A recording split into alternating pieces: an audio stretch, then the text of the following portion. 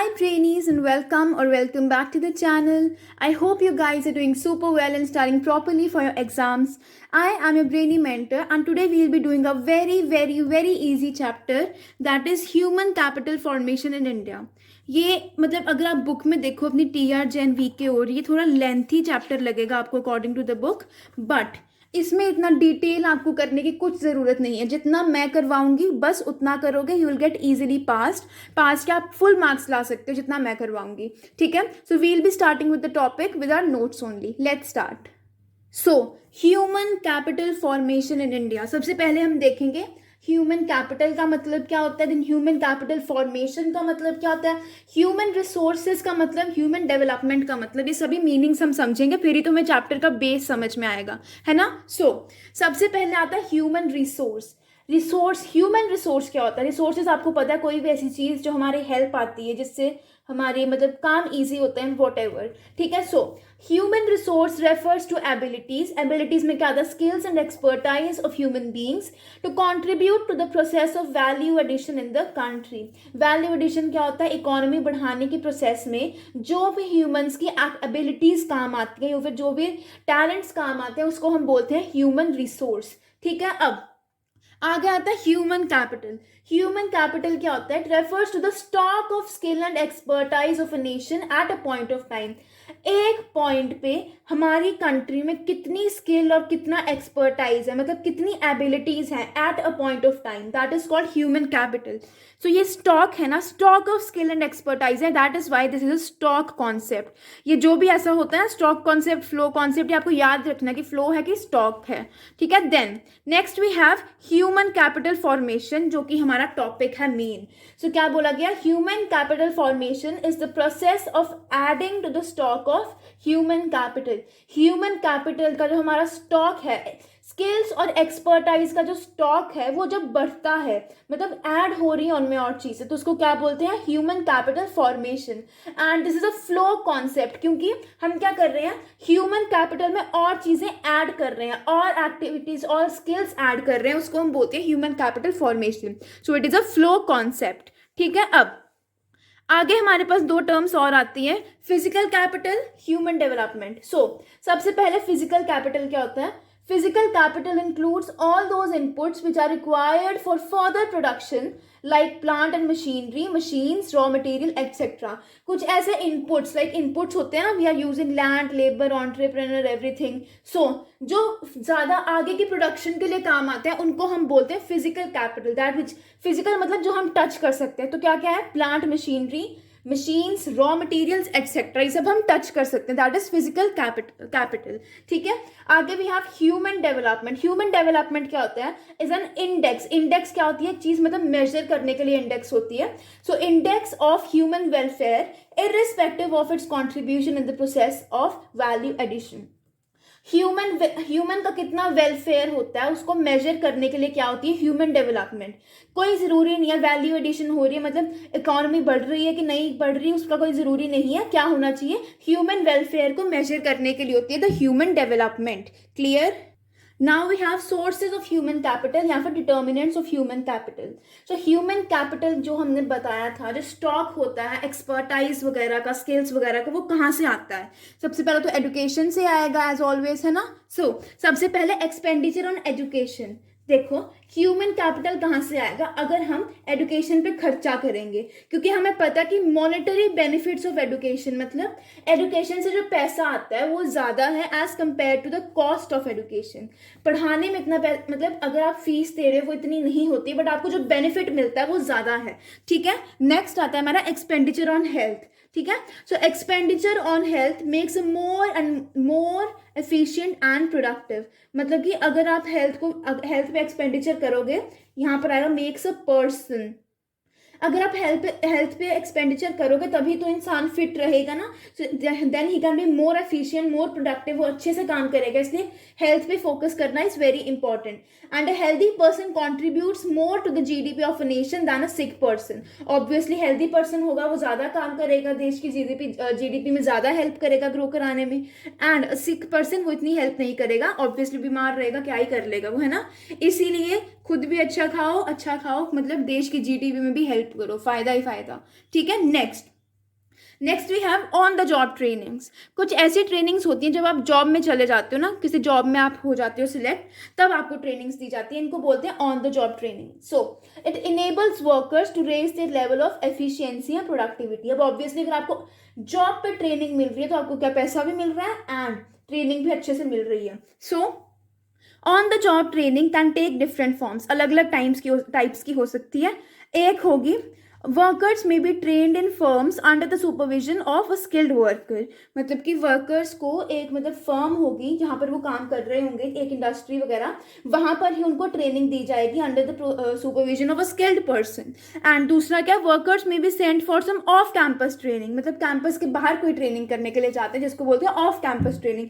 यहाँ पे campus will be there work area जहाँ पे वो काम करते हैं। ठीक है, आगे we have study programs for adults. Obviously हर एक एडल्ट पढ़ा लिखा नहीं होता तो उनके लिए भी study programs. And next we have expenditure on migration. लोग बाहर जाते हैं, वहाँ से भी पढ़ के आते हैं। So cost of transportation from one place to another and cost of living in different social environments. ये दो पार्ट्स होते हैं माइग्रेशन के, में क्या क्या खर्चा आता है। पहले खर्चा आता है एक जगह से दूसरी जगह जाने का खर्चा, मतलब ट्रांसपोर्टेशन का खर्चा, एंड दूसरा डिफरेंट सोशल एनवायरनमेंट्स में रहने का खर्चा। ऑब्वियसली अगर हम अमेरिका जाएंगे या फिर कनाडा जाएंगे ज़्यादा खर्चा होगा as compare to living in India, क्योंकि वहाँ का जो लिविंग स्टैंडर्ड्स है वो बहुत हाई है। So these are the 2 points of expenditure on migration. किस किस पे खर्चा होता है, ट्रांसपोर्टेशन पे या फिर living in other social different environment. Clear. अब आता है हमारा third topic, that is human capital formation and economic growth, या फिर significance of human capital in formation, कि human capital in formation economic growth में कैसे हेल्प करता है। सो बेसिकली हम फर्स्ट पॉइंट ये लिख सकते हैं कि ह्यूमन कैपिटल फॉर्मेशन से चेंज होता है। क्या चेंज होता है, emotional and material environment of growth change आती है। प्रोडक्टिविटी ऑफ फिजिकल कैपिटल बढ़ती है। प्रोडक्टिविटी ऑफ फिजिकल कैपिटल मतलब रॉ मटेरियल आपका बढ़ रहा है, इंडस्ट्री बढ़ रही है, सब कुछ बढ़ रहा है, फिजिकल कैपिटल बढ़ रहा है। सो यू कैन से increase in the productivity of physical capital, productivity ज़्यादा होगी। And increase in the rate of participation and equality, ज़्यादा लोग पार्टिसिपेट करेंगे, इक्वालिटी होगी, कोई मतलब जेंडर बायस नहीं होगा, etcetera etcetera. Then modernization of attitudes. अगर ह्यूमन कैपिटल अच्छे से फॉर्मेशन हो रही है कि एडुकेशन पे अच्छा खर्चा हो रहा है, तो ऑब्वियसली यू कैन से जो आपके वील बिकम मॉडर्न। बेसिकली हमारी जो थॉट्स होगी वो मॉडर्नाइज हो जाएंगी, है ना। Then control of population growth. Obviously अगर जिसके पास एडुकेशन होगी उसको पता होगा कि ज़्यादा पॉपुलेशन नहीं होनी चाहिए, तो पॉपुलेशन की ग्रोथ भी एक तरह से कंट्रोल होगी। And improved quality of life. Obviously ज़्यादा एडुकेशन, ज़्यादा पैसा मतलब ज़्यादा standard of living, that will be very high, that is improved quality of life. ये पॉइंट्स याद कर लेना, 1 2 3 4 5 एंड 6 पॉइंट्स हैं। Let me explain again. Emotional and material environment of growth बढ़ता है। देन फिजिकल कैपिटल की प्रोडक्टिविटी बढ़ती है। फिर ज़्यादा लोग पार्टिसिपेट करते हैं जो भी इंडस्ट्री का काम होता है। एटीट्यूड मतलब हम मॉडर्न हो जाते हैं एंड पॉपुलेशन ग्रोथ भी कंट्रोल होती है। स्टैंडर्ड ऑफ लिविंग या फिर क्वालिटी ऑफ लाइफ भी इम्प्रूव होती है। These were the 5 to 6 points, I don't remember again. Then अब आता है fourth topic, that is problems facing human capital formation in India. ऐसी कौन सी प्रॉब्लम्स हैं? तो पहली प्रॉब्लम यही आती है, पॉपुलेशन ज़्यादा, हर किसी को आप एडुकेशन प्रोवाइड नहीं कर सकते। Second, brain drain. Brain drain क्या होता है, जो बच्चे इंडिया में पढ़ते हैं एंड अपनी जितनी भी सारी कैपेबिलिटीज़ हैं वो जाके बाहर की किसी कंट्री में यूज़ करते हैं, that is called brain drain. इससे क्या होगा, इंडिया ने तो खर्चा कर लिया एडुकेशन पे, बट पैसा कहाँ जा रहा है, इन दी अदर कंट्रीज। सो ये हमारी बहुत बड़ी प्रॉब्लम है of India. Then deficient man power planning, अच्छे से कोई प्लानिंग नहीं होती। Then on the job trainings भी इतनी अच्छी नहीं होती, इनसफिशिएंट होती हैं। एंड अकेडमिक स्टैंडर्ड्स मतलब हमारी जो एडुकेशन पॉलिसीज हैं वो भी इतनी यू कैन से इतनी अच्छी नहीं है। यू कैन से क्रैमिंग पे ज़्यादा फोकस किया जाता है। क्लियर। अब फिफ्थ टॉपिक जो हमारे पास आता है, that is education as an essential element of human resource development. आपको पता है ह्यूमन कैपिटल फॉर्मेशन के लिए सबसे ज़्यादा जरूरी क्या है, एजुकेशन। जिसके पास एजुकेशन है उसके पास सब कुछ है। सो क्या बोला गया, एजुकेशन की डेफिनेशन पहले क्या बोली गई है, इन द ग्रीन कलर देखो, process of teaching, training and learning especially in schools and colleges. It improves knowledge and develops skills. मतलब टीच करना, पढ़ाना, ट्रेन करना, लर्न करना, स्कूल्स एंड कॉलेजेस में जो सब होता है उसको हम बोलते हैं एजुकेशन। एंड इससे क्या होता है, नॉलेज बढ़ती है, स्किल्स एक्वायर होते हैं। क्लियर। फिर सेकंड क्या बोला गया, और क्या बोला गया, under current of economic and social change. अगर एजुकेशन अच्छी होगी तभी हमारे इकोनॉमिक और सोशल चेंजेस आएंगे। So education is very important. Clear. अब आता है importance and objectives of education. So education की क्या इंपॉर्टेंस है, क्या ऑब्जेक्टिव्स हैं। पहला तो यही है, एजुकेशन से हम रिस्पॉन्सिबल सिटीजन्स बनते हैं, हमें पता चलता है कि क्या ठीक है हमारे देश के लिए, क्या गलत है। Second, science and technology develop होती है। Third, natural and human resources का अच्छे से यूज होता है। So facilitates use of natural and human resources of all regions of the country. Next, expands mental horizon of the people. लोगों का mentality में थोड़ा वो होता है, लाइक वो ऑर्थोडॉक्स नहीं रहते, वो थोड़े मॉडर्न हो जाते हैं। ठीक है। हेल्प्स इन इकोनॉमिक डेवलपमेंट, हमारी इकोनॉमी बढ़ती है। Then promotes cultural standards of the citizens, हमारा स्टैंडर्ड ऑफ लिविंग हाई होता है। एंड ह्यूमन पर्सनैलिटी भी डेवलप होती है। So these are some points, these are the objectives, या फिर you can say importance of education. ठीक है, लर्न कर लेना, शॉर्ट शॉर्ट पॉइंट्स हैं, खुद भी इलाबोरेट करके लिख सकते हो, कुछ एक्स्ट्रा तो है ही नहीं। ठीक है। Then need for government intervention in education and health, कि गवर्नमेंट को एजुकेशन सेक्टर में और हेल्थ सेक्टर में क्यों इंटरफेयर करना चाहिए, क्योंकि इन सेक्टर्स को बहुत ज़्यादा इन्वेस्टमेंट चाहिए होती है एंड इनका एक्सपेंडिचर भी बहुत हाई होता है, इसलिए हमें गवर्नमेंट की इंटरवेंशन चाहिए।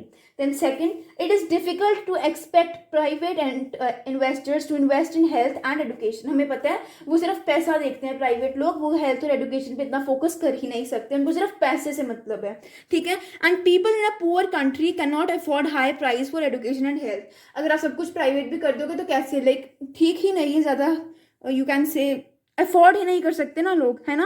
And government intervention is to ensure that the service providers adhere to stipulated standards, कि अगर कोई प्राइवेट फर्म वगैरह ये स्टैंडर्ड्स प्रोवाइड कर भी रही है, ये एजुकेशन और हेल्थ प्रोवाइड भी कर रही है, तो ऐसा हो कि कुछ फिक्स स्टैंडर्ड्स हों, कुछ फिक्स्ड रूल्स हों। ठीक है। And then government needs to make provision for free of cost education and health services, at least for the backward sections of the society. Free education होनी चाहिए, फ्री हेल्थ सर्विसेज होनी चाहिए, या फिर कम पैसे से होनी चाहिए, ताकि बैकवर्ड सेक्शंस को कोई प्रॉब्लम ना आए। सो ठीक है। So this was the need for government intervention in education. Now the last topic that we have, education still a challenging proposition, कि हमारे देश में ऑपोजिशन कह रही हूँ, education is still a big problem. ठीक है। तो सबसे पहले आता क्या कि इलिटरेट्स बहुत ज़्यादा हैं, जितना मर्जी एजुकेशन कर लो, अभी भी इलिटरेसी बहुत ज़्यादा है in our country. Clear. Then we have inadequate vocationalization. Vocationalization मतलब फोकस किस पे, सिर्फ डिग्री ओरिएंटेड एजुकेशन पे। ओवरऑल डेवलपमेंट तो हो ही नहीं रही है भाई हमारी, एवरीबॉडी नोज दिस। हम क्या किस पे फोकस करें कि बस पढ़ लें डिग्रियां मिल लें, हमारी ओवरऑल डेवलपमेंट हो ही नहीं रही हमारी। You can very well see people बहुत हाई पोस्ट पे होंगे ना, उनको बात करने का ढंग होगा ना कुछ। So that is inadequate vocationalization. Then we have gender bias, you can say males are preferred more in compare to the females, males को ज़्यादा एजुकेशन मिलती है in comparison to the females, है ना। And low rural access level, rural area के लोग ज़्यादा education पे एक्सेस नहीं होता उनका। प्राइवेटाइजेशन बहुत ज़्यादा हो गई है, सो यू कैन से एजुकेशन में भी प्राइवेटाइजेशन आ गया, एजुकेशन के रेट्स बहुत हाई हो गए हैं।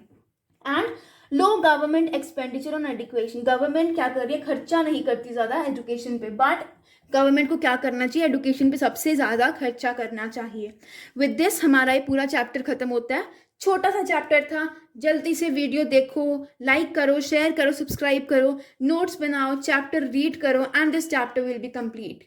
सो गाइज बिल्कुल टाइम नहीं बचा है, इट्स नवंबर नाउ, जल्दी जल्दी अपना सिलेबस खत्म कर लो and by end of November पूरा सिलेबस हो जाएगा। तब तक अपनी तैयारी करते रहो, don't stop, don't forget to like, share and subscribe to the channel. You are at Brainy Mentor, have a great day ahead.